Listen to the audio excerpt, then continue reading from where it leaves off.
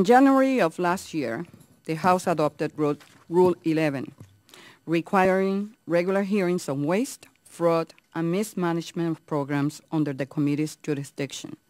Since then, we have held no fewer than 18 oversight hearings, spanning a broad range of issues from federal contracting to SBA disaster loans. Today's discussion is in that vein. It would allow us to build on past oversight hearings, providing a much-needed opportunity to examine some of the agency's most critical programs, and it could not come at a more pressing time. Over the last 2 years, our economy has endured a seemingly endless parade of challenges. While these setbacks have differed in scope and industry, they have managed to have the same impact on small firms. Even today, as we steadily climb back towards recovery, entrepreneurs face obstacles. Now more than ever, they need the resources necessary to not only overcome those roadblocks, but to keep our recovery strong. Historically, the SBA has helped deliver that support. It has served as a vital source of stability for small companies, particularly during periods of economic decline. But as this committee is well aware, the agency has also struggled in areas ranging from lending to procurement.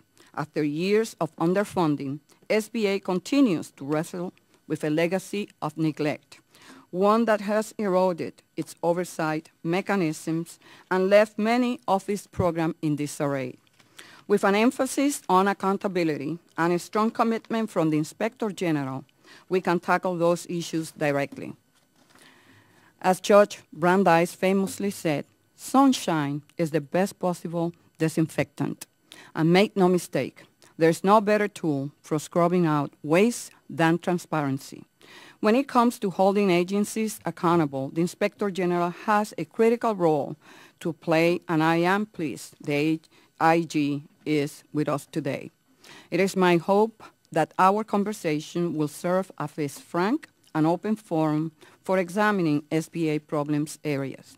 Because until we have identified those concerns, we can neither move forward with solutions nor expect to see improvements. When SBA programs are running at full capacity, they are true economic catalysts.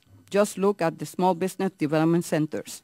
In 2008 alone, they helped generate 58,000 new jobs at a cost of $3,000 apiece. Or consider the Recovery Act's SBA loan provisions. They have allowed the agency to support more than $23 billion in lending.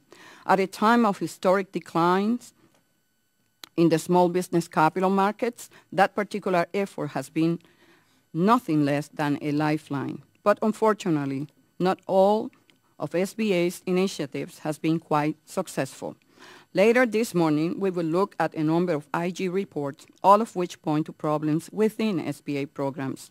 In some instances, core initiatives have been racked by fraud.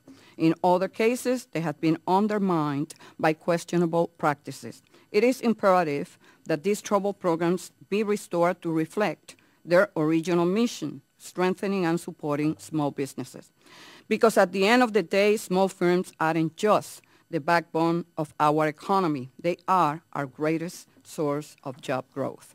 According to a recent study by the Kauffman Foundation, virtually all new jobs created between 1980 and 2005 came from startup companies. With unemployment at 9.7%, it only makes sense to focus on these firms, the small and startup businesses that have always provided job security. With a portfolio of strong, well-managed SBA programs, we can do that very thin. I know I speak for all members of the committee when I say we are dedicated to upholding the integrity of the agency's programs and to ensuring small firms have the tools and resources they need to thrive. I would like to thank our witnesses, both Administrator Mills and Ms. Gustafson, for being here today. This marks the committee's first hearing with the IG, and I know we are all looking forward to today's discussion. I will now yield to Ranking Member Grace for his opening.